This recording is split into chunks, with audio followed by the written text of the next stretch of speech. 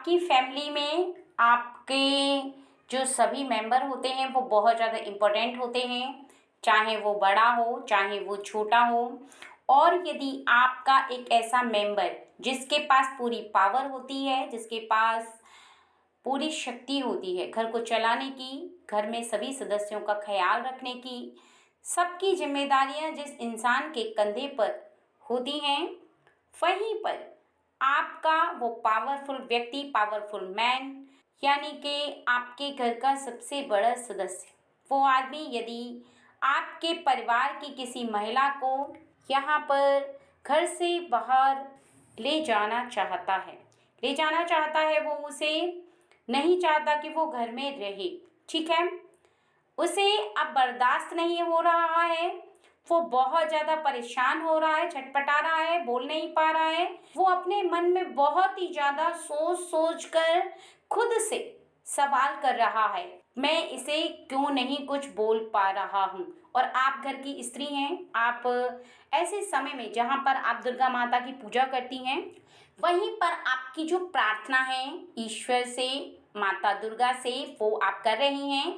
आपकी पूजा पाठ कंटिन्यू चल रही है, आप नवरात्रि का व्रत हैं और आप माता से बार बार प्रार्थना कर रही हैं कि हे माँ, आप हमारे घर की रक्षा करो, मेरे पति की रक्षा करो, मेरे घर में सभी खुशहाली आनी चाहिए और मैं अपने जीवन में कुछ करना चाहती हूँ। मैं अपने जीवन में अपने पति का साथ दूँ, हर तरह से उन्हें सहायता कर पाऊँ। इतना सामर्थ्य मुझे दीजिए कि मैं अपने पति का पूरी तरह से साथ दे पाऊँ हर कार्य में, हर जगह पर। और वही पति आपको चाहता है कि आप घर से बाहर निकलो, ठीक है।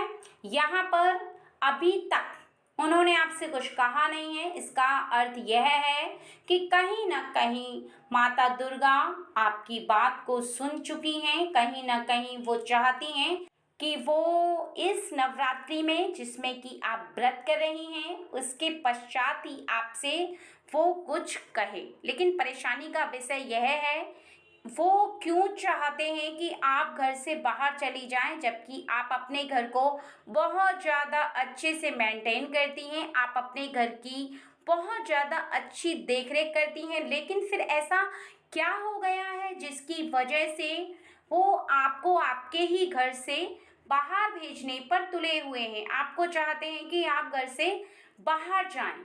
और इसी वजह से आज की ये रीडिंग आपको मिली है, क्योंकि ये बहुत ज़्यादा मैजिकल रीडिंग है, बहुत ज़्यादा पावरफुल रीडिंग है और दुर्गा माता ने आपके लिए भेजी है, दुर्गा माता की तरफ से आपके लिए आई है।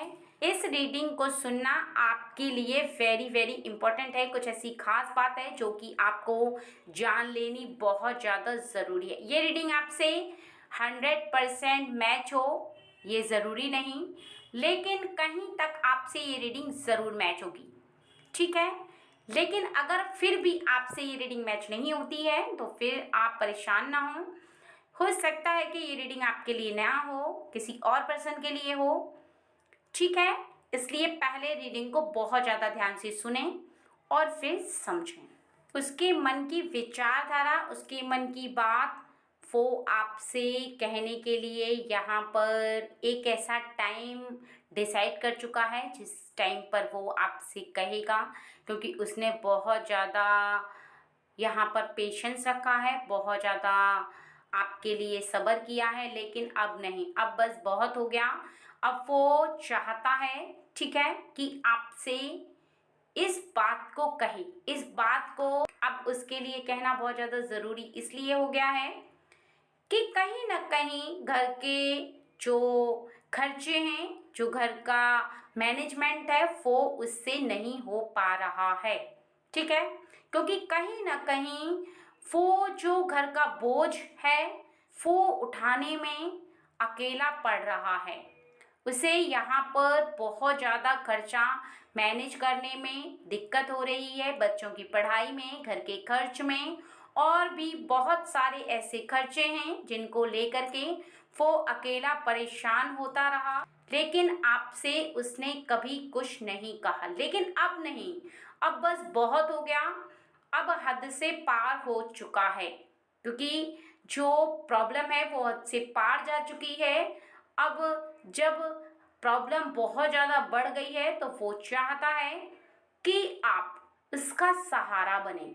इसलिए नहीं कि आप घर से बाहर निकल जाएं और फिर घर में वापस ही ना आएं, बल्कि आप इतनी पढ़ी लिखी होकर के भी घर में उसने आज तक बैठा रखा था।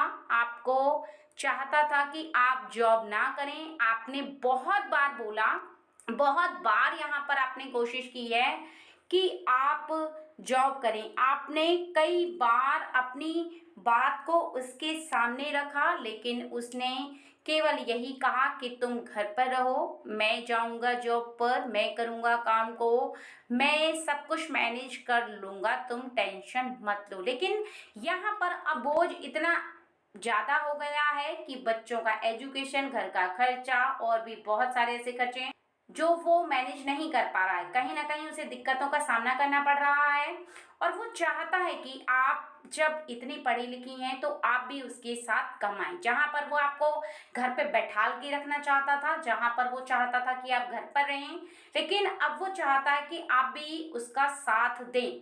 ठीक है, लेकिन वो आपसे इस बात को कहने के लिए झिझक रहा है। वो सोच रहा है कि वो आपसे इस बात को कैसे कहे, क्योंकि कहने के साथ साथ कहीं आप उसे मना ना कर दो, कहीं आप उसे ये ना कह दो कि मैं नहीं जाऊंगी। ठीक है, लेकिन आपको भी ये बात समझनी होगी कि जीवन में इस बात को दोनों लोगों को समझना सबसे ज़्यादा ज़रूरी है कि जहाँ पर आपके पति कमाने जाते हैं, जहाँ पर आपका ख्याल रखते हैं, जहाँ कल तक वो ये चाहते थे कि आप जॉब पर ना जाएं, आप घर का खर्च ना उठाएं, वो अकेले उठाएं, आप घर को संभालें, बच्चों को संभालें, उनके माता पिता का ख्याल रखें। वहीं आज अगर वो कमज़ोर पड़ रहे हैं तभी वो आपसे इस बात की डिमांड करेंगे कि आप जॉब पर जाओ और आप उनका साथ दो। कि यहाँ पर आपको बताया जा रहा है कि उसके मन में जो बात चल रही है वो किसी भी तरह से वो बोलना नहीं चाहता था, लेकिन फिर भी उसे मजबूरी के चलते, किसी परेशानी के चलते आपको बोलनी पड़ेगी। और आपको भी ये समझना होगा कि अगर आपके पति, आपके जीवन साथी, आपके पार्टनर आपके साथ ये बात शेयर करते हैं तो निश्चित ही आपको उनका सहारा बनना होगा। क्योंकि दो बातें हैं यहाँ पर। सबसे पहला तो ये कि आप जहाँ पर इतनी एजुकेशन करके घर पर बैठी हैं, वो आपकी पढ़ाई जो आपने की, जहाँ कल तक आप जॉब करना चाहती थी, अपने एजुकेशन का उपयोग करना चाहती थी, आप कुछ करके दिखाना चाहती थी, वहाँ आपको ये मौका, ये स्पेशल मौका मिल रहा है अपनी प्रतिभा दिखाने का। आप जो इतना एजुकेटेड हैं वो दिखाने का, आपका मान सम्मान मिलेगा, आपको लोग आपको वैल्यू देंगे। इस बात को समझना सबसे ज़्यादा ज़रूरी है कि आप महिला हैं या पुरुष हैं। ज़रूरी नहीं कि आप पुरुष हैं तो आप बाहर जाएंगी कमाने के लिए, या महिला हैं तो आप घर पर ही बैठें। ठीक है, अगर आप एजुकेटेड हैं, आप कर सकती हैं, अपने पति का सहारा बन सकती हैं, तो इस बात को समझना सबसे ज़्यादा ज़रूरी है कि आप उन्हें सपोर्ट करें। सबसे पहला तो ये कि आपको प्रतिभा दिखाने का मौका मिलेगा कि आप एजुकेटेड हैं, आप भी अपने पति का साथ दे सकती हैं। ठीक है, और दूसरा आपको ये बात का ध्यान रखना है कि आपके जो बच्चे हैं वो अच्छे स्कूल में पढ़ पाएंगे, अच्छा एजुकेशन प्राप्त कर पाएंगे, तो आप आज जिस मुकाम पर हैं आपके बच्चे और भी ज़्यादा अच्छे मुकाम पर ज़रूर होंगे। क्योंकि जहाँ पर आपको उन्हें सपोर्ट करना चाहिए, वहाँ पर अगर आप उनको सपोर्ट करेंगी, उनका साथ देंगी, तो निश्चित ही जो बहुत धीमी रफ्तार से वो चल रहे हैं, कई गुना रफ्तार से तेज चलेंगे, कई गुना रफ्तार उनकी बढ़ जाएगी। तो निश्चित ही आपको उनकी रफ्तार को बढ़ाना है, कम नहीं करना। इस बात का ध्यान रखें कि कभी भी जॉब पर जाते समय, उनकी बात को कहते समय और इस दौरान आपको कभी भी अहंकार को विराजमान नहीं करना है। इस बात को नहीं सोचना है कि आप जॉब पर जाती हैं तो आप उनसे एक बड़े ओहदे पर आ गई हैं, उनसे ऊंचे मुकाम पर आ गई हैं, तो आप अपने पति की वैल्यू ना करें। इस बात का बहुत ज़्यादा यहाँ पर बताया जा रहा है कि आपको, अगर आप इस बात का ध्यान रखती हैं तो निश्चित ही आप एक बहुत ही ज़्यादा सौभाग्यशाली महिला हैं। घर संभालने के साथ साथ आप जॉब भी करें, अपने पति का सहारा भी बने और अपने पति की हर इच्छा को पूरा करना आपका परम धर्म है, क्योंकि आपके पति आपकी रक्षा के लिए, आपका ख्याल रखने के लिए जहाँ सब कुछ कर रहे हैं, वह आपको भी उनका साथ देने के लिए वो सब काम करना चाहिए, जिससे कि आप उनका एक मजबूत सहारा बनो। उन्हें जहाँ पर कमज़ोरी महसूस हो रही है वहाँ पर आप शक्ति उन्हें प्रदान करवा पाओ, क्योंकि जहाँ पर इंसान बहुत ज़्यादा कमज़ोर हो जाता है वहाँ पर उसे एक बहुत ज़्यादा शक्ति की ज़रूरत होती है। और कोई भी स्त्री के लिए ये परम सौभाग्य की बात है कि वो अपने जीवन साथी का साथ देने के योग्य है। इतना एजुकेशन, इतनी पढ़ाई करने के बाद यदि वो इस बात को भली भांति समझ रही है तो निश्चित ही वो अपने जीवन में एक ऐसे मुकाम को भी हासिल करेगी और उसे मान सम्मान यहाँ पर जो बताया जा रहा है वो ज़रूर मिलेगा। यहाँ पर एक बात का उसे बहुत ज़्यादा ध्यान रखना ज़रूरी है, जैसा कि यहाँ पर दिख रहा है कि उसका जो भाग्य है वो बहुत ज़्यादा तेज है। वो अपने पति से बहुत ज़्यादा आगे निकल जाएगी, क्योंकि जो उसका भाग्य है वो अपने पार्टनर से भी ज़्यादा तेज काम कर रहा है। लेकिन कहीं ना कहीं उसे जो मुकाम हासिल होगा, चूँकि उसके पार्टनर से बड़ा मुकाम है, उसे इस बात का ध्यान रखना होगा कि जो उसका ईगो है वो उसके आड़े कभी ना आए, वो उसे आने ना दे।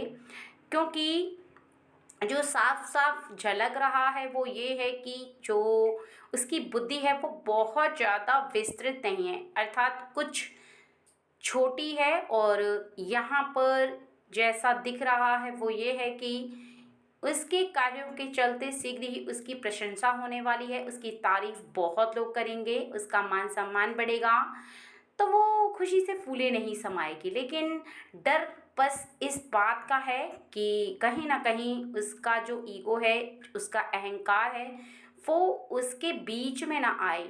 यदि ऐसा होता है तो उसकी जो उन्नति है, तरक्की है, वो रुक सकती है। तो इसे इस बात का खास ध्यान रखना होगा। इसकी जो भाग्य की रेखा है वो कई गुना प्रबल है, इसके पार्टनर से कई गुना प्रबल है, क्योंकि इसने कुछ ऐसे शक्तियों को इकट्ठा किया हुआ है, क्योंकि ये पूजा पाठ में बहुत ज़्यादा ध्यान रखती है, बहुत ज़्यादा बिलीव करती है। इसका मानना कुछ इस प्रकार का है कि अपने कार्यों को जो इंसान सही ढंग से करता है और अपने सच्चे मार्ग पर चलता है, अपने किसी भी कार्य में कोई कमी नहीं रखता अपनी तरफ से, तो उसे संसार में बहुत कुछ प्राप्त होता है। बहुत कुछ यहाँ पर इसको प्राप्त होगा इसी वजह से, क्योंकि इसने जिस दैवी शक्ति की पूजा आराधना की है वो साक्षात दुर्गा माता हैं, और उनकी पूजा करते हुए इसने बहुत ज़्यादा शक्ति अर्जित भी की है। इसे विश्वास था बचपन से दुर्गा माता की पूजा पे और खुद पर, खुद के कर्मों पर। ये हमेशा नवरात्रि में 9 दिनों का कई बार व्रत रख चुकी है, और कई बार इसने ऐसे व्रत किए हैं जहाँ पर केवल फल से व्रत किया जाता है, और इसे बहुत ज़्यादा दुर्गा माता से लगाव है। दुर्गा माता में सबसे ज़्यादा ये बिलीव करती है, और इसका मानना था कि दुर्गा माता हमेशा इसे एक बहुत ऊंचा मुकाम देंगी, बहुत ऊंचा मुकाम, इतना बड़ा कि ये वहाँ पर पहुँच करके बहुत ज़्यादा खुश हो जाएगी। और यही वो समय अब आ रहा है। यहाँ पर साफ साफ दिखाया जा रहा है कि इसने उस समय, अर्थात अभी से कुछ समय पहले, काफ़ी वर्ष बीत गए तब जब इसका विवाह हुआ था और ये इस घर में आई थी, तब इसे ऐसा लगा था कि इसे एक ऐसी जॉब की ज़रूरत है, एक ऐसे काम की ज़रूरत है जिसमें कि ये अपने पार्टनर का साथ दे पाए। और इसकी जो मन की इच्छा थी शुरू से यही थी कि मैं जॉब करूँ, मैं एक ऐसा काम करूँ जहाँ पर मुझे कुछ कर दिखाने का मौका मिले, जिससे कि मैं अपने परिवार वालों को एक ऐसा मुकाम हासिल करके दिखाऊँ जिससे कि सब मेरा मान सम्मान करें। इज़्ज़त इसको बहुत ज़्यादा प्यारी है और ये हमेशा से ऐसा सोचती रही है। तो इसने जब भी नवरात्रि का व्रत रखा है, जब भी इसने 9 दिनों का व्रत रखा है, तो इसने हमेशा दुर्गा माता से यही प्रार्थना की है, यही मांगा है, हमेशा यही मांगा है। तो इस वजह से दुर्गा माता ने इसकी इस प्रार्थना को स्वीकार कर लिया है और इसकी इस इच्छा को पूरा कर रही हैं। क्योंकि यहाँ पर सबसे ज़्यादा इसने जो मांगा है उस पर दैवी शक्ति ने इसे आशीर्वाद बहुत पहले ही दे दिया था, लेकिन कुछ समय ऐसा होता है जिस समय पर ही वो कार्य होना संभव होता है और वो समय अब इसका निकट आ गया है। कार्य हमेशा किया है जिस पर ये स्वयं भी गर्व करती है, जिस पर इसने कभी भी अभिमान नहीं किया है, अपने चाहे परिवार के सदस्यों के बीच रह करके उस कार्य को किया हो या अन्य व्यक्तियों के लिए किया हो, किसी की सेवा करना इससे बहुत ज़्यादा अच्छा लगता है। कभी भी किसी भी इंसान के प्रति सेवा करने में अपने आप को पीछे नहीं हटने देती, हमेशा इस बात का ये विश्वास रखती है कि जीवन में कभी भी अपने से छोटे हों, अपने से बड़े हों, जिन पर हम सबसे ज़्यादा विश्वास रखते हैं, जिनके प्रति हमारा हमेशा भाव अच्छा रहता है, उनकी सेवा करने से हमें पुण्य की प्राप्ति होती है। उनकी सेवा करने से हमारे जीवन में जितनी भी परेशानियां होती हैं वो सब समाप्त हो जाती हैं, क्योंकि इसे इस बात का बहुत अच्छे से आभास है कि उनका जो आशीर्वाद है वो इसे प्राप्त होगा ही होगा। क्योंकि जब भी कोई व्यक्ति कुछ ऐसा कार्य करता है जिससे कि वो बड़ों का आशीर्वाद प्राप्त करे, कुछ ऐसा कार्य जिससे कि बड़ों की उम्मीद पर वो खरा उतर पाए, जैसे कि बड़े बुजुर्ग किसी इंसान से जो कि उससे छोटा है, जो कि उनका बच्चा है, उससे उम्मीद लगा कर रखता है और निश्चित ही वो व्यक्ति उनकी उम्मीद पर खरा उतरता है, तो निश्चित ही वो उनका हृदय जीत लेता है। जो उसकी भावना होती है उसे वो जीत पाता है और उसका कारण केवल इतना होता है कि जैसा बड़े बुजुर्ग सोचते हैं, जैसा वो चाहते हैं, जैसी उनकी उम्मीद होती है, उस पर वो व्यक्ति पूरी तरह से खरा उतर जाता है। और ये एक बड़े सौभाग्य की बात है आपके लिए कि आपने जीवन में एक ऐसे मुकाम को हासिल किया है और आप करने जा रहे हो। ये सब आपके बड़े बुजुर्गों का आशीर्वाद है जो आपको जीवन में फलीभूत होगा, आपको प्राप्त हुआ है और उसका फल जो आपने सेवा की है, उसका फल जो आपको मिलना चाहिए था वो अब मिलने जा रहा है। इसलिए आपका जीवन बहुत ज़्यादा खुश में बीतने वाला है। लेकिन कभी भी अपने जीवन में किसी भी समय, किसी भी दोराहे पर अहंकार को विराजमान मत होने देना। कभी भी अपने मन के अंदर ऐसी भावना लेकर मत आना जो कि तुम्हारे दिल और दिमाग पर सबसे ज़्यादा हावी हो जाए, जो कि तुम्हें आगे के मार्ग पर कार्य को करने से तुम्हारे हाथों को रोके या तुम्हारे मार्ग पर तुम्हें चलने से अवरुद्ध करे।